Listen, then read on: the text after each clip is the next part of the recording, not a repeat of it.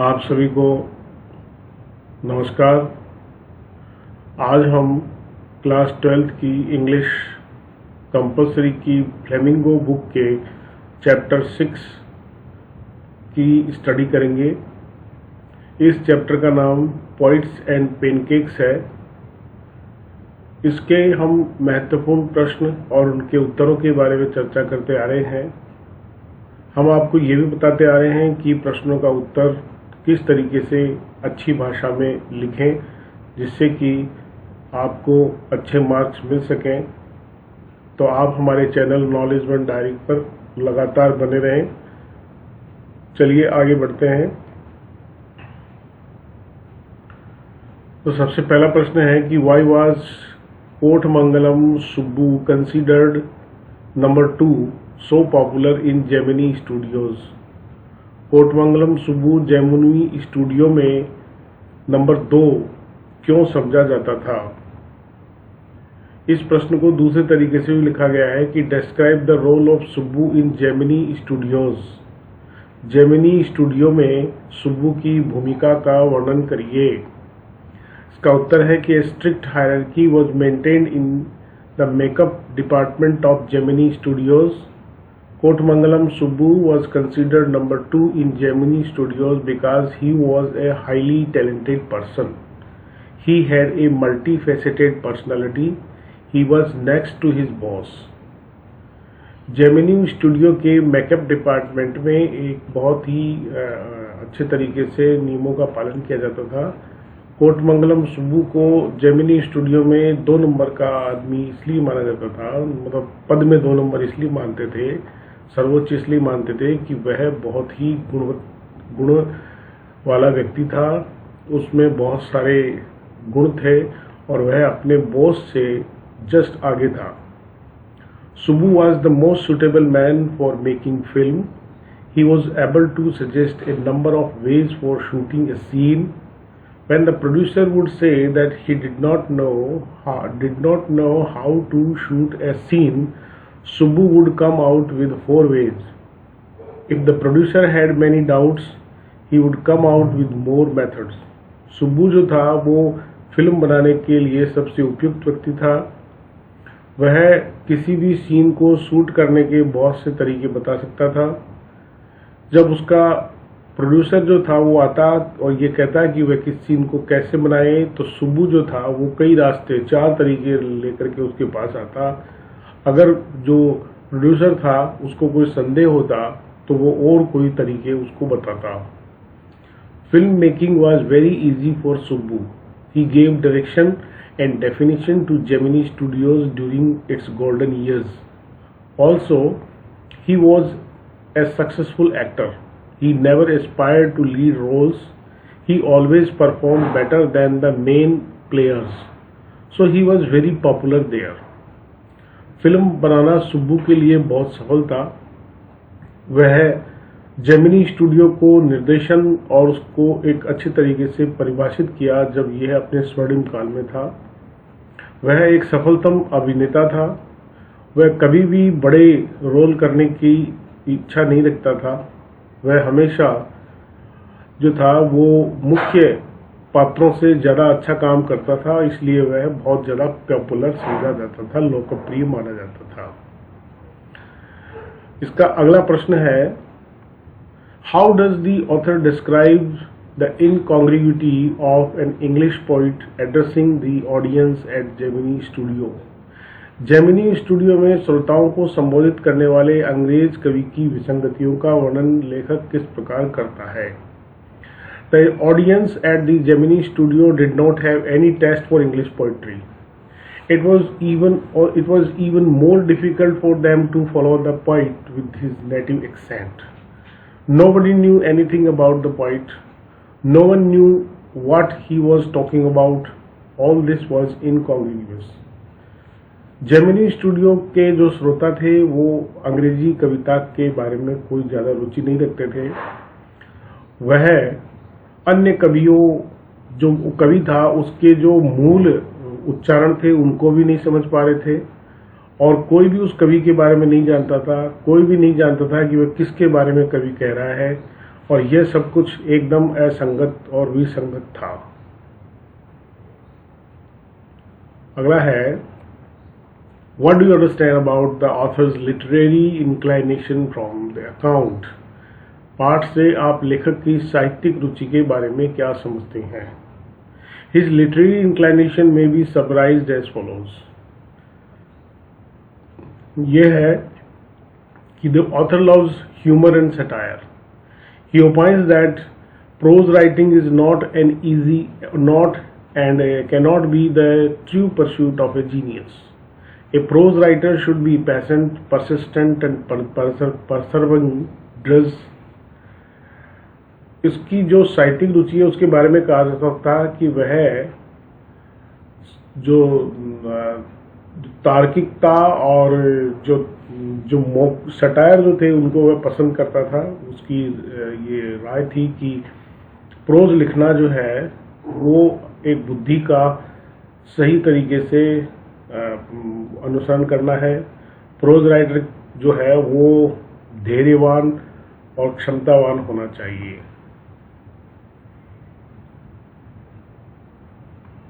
What does the writer mean by the fiery misery of those subjected to makeup? Makeup कराने वालों की तप्त विसंगति से लेखक का क्या आशय है? By the fiery misery, the writer means to say that the actors had to bear the intense heat generated by incandescent lights at all angles around half a dozen large mirrors. तप्त विपत्ति से तात्पर्य लेखक का है कि जो अभिनेता थे उनके चारों ओर जो तेज रोशनी जो हर एंगल से डाली जाती है वे उस रोशनी को सहन करना उनको पड़ता था। इसी को तप्त विपत्ति कहा गया है। मतलब बहुत तेज अग्नि में लाइट तेज जलेगी तो आएगी, गर्मी लगेगी। What is the example of national integration that the author refers to? लेखक राष्ट्रीय एकता के कुछ उदाहरण का संदर्भ देता है। The makeup department consisted of persons from different states of India. The head of the makeup department was a Bengali. Later, he was succeeded by a Maharashtrian. His assistants were a Dharwad Kannadiga, an Andhra, a Madras, an Indian Christian, an Anglo-Burmese and the usual local Tamils. जो makeup विभाग था उसमें भारत के कई लोग, राज्यों के कई लोग थे। जो मेकअप डिपार्टमेंट का हेड था वो बंगाली था। बाद में उसको महाराष्ट्र के एक व्यक्ति ने संभाला।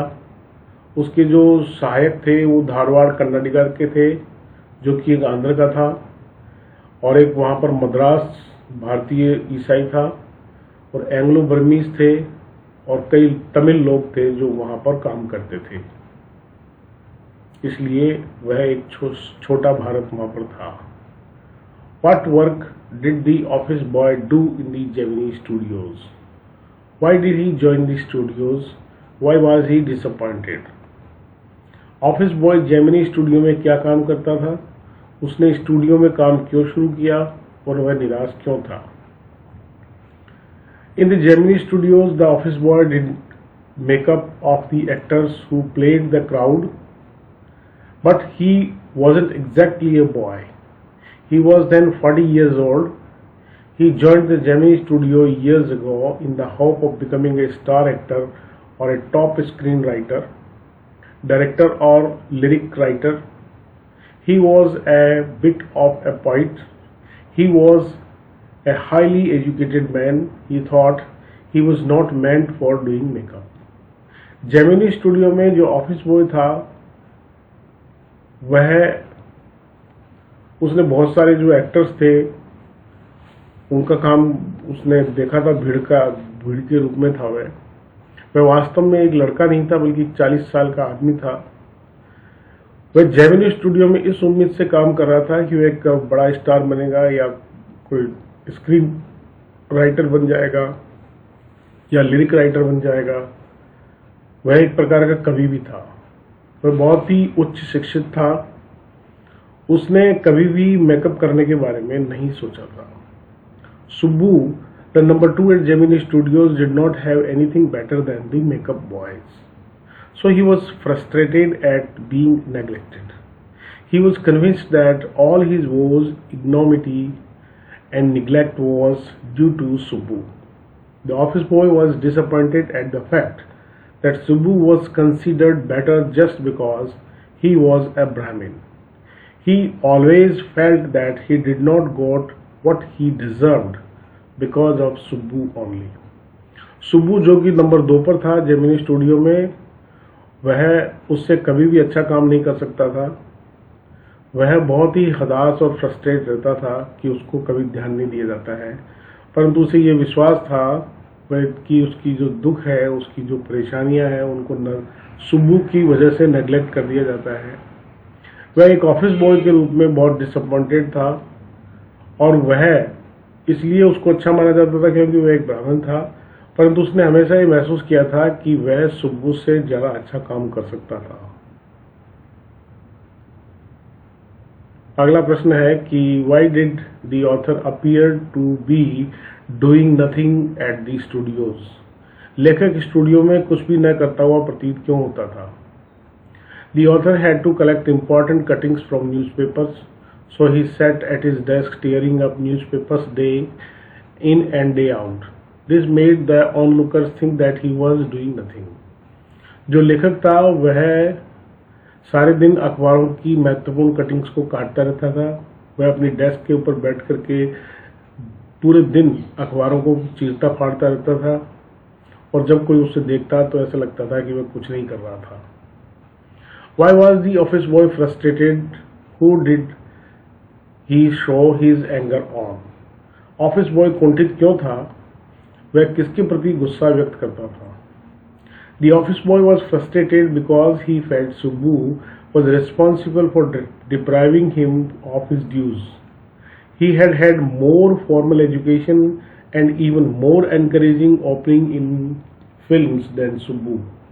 Due to his neglect, he showed his anger on Subbu.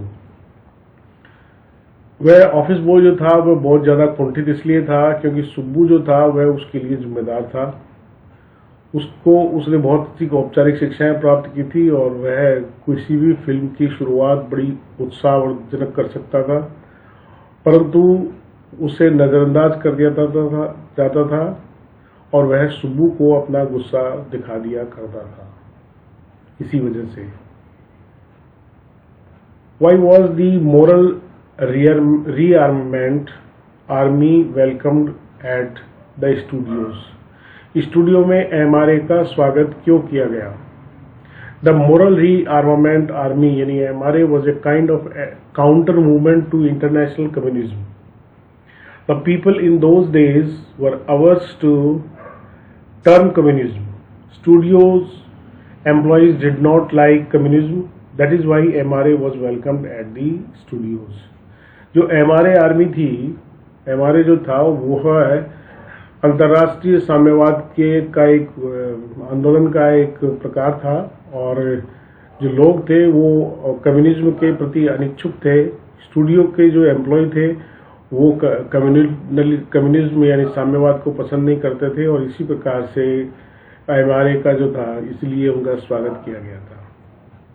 What caused the lack of communication between the Englishmen and the people at Gemini Studios?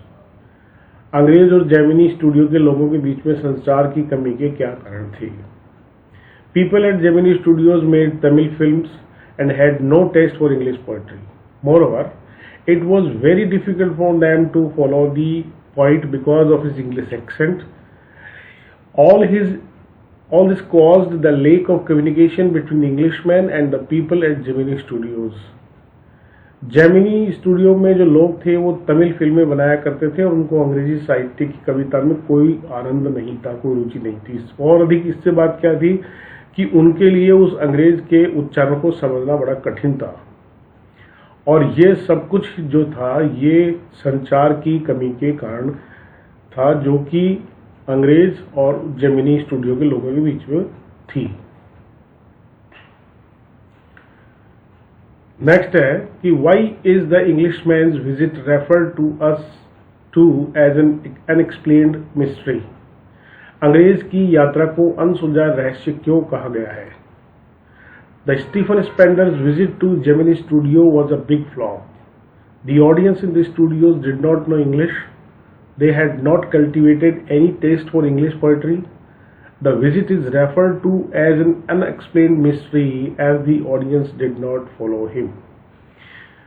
Gemini studio में जो स्टीफन स्पेंडर आया था वह एक बहुत ही फ्लॉप काम था, उसको ज़्यादा पसंद नहीं किया गया था और जो ऑडियंस वहाँ पर था जेमिनी स्टूडियो में वो अंग्रेजी नहीं जानते थे और वो अंग्रेजी साहित्य के प्रति कोई किसी प्रकार की रुचि नहीं पैदा कर पाए थे।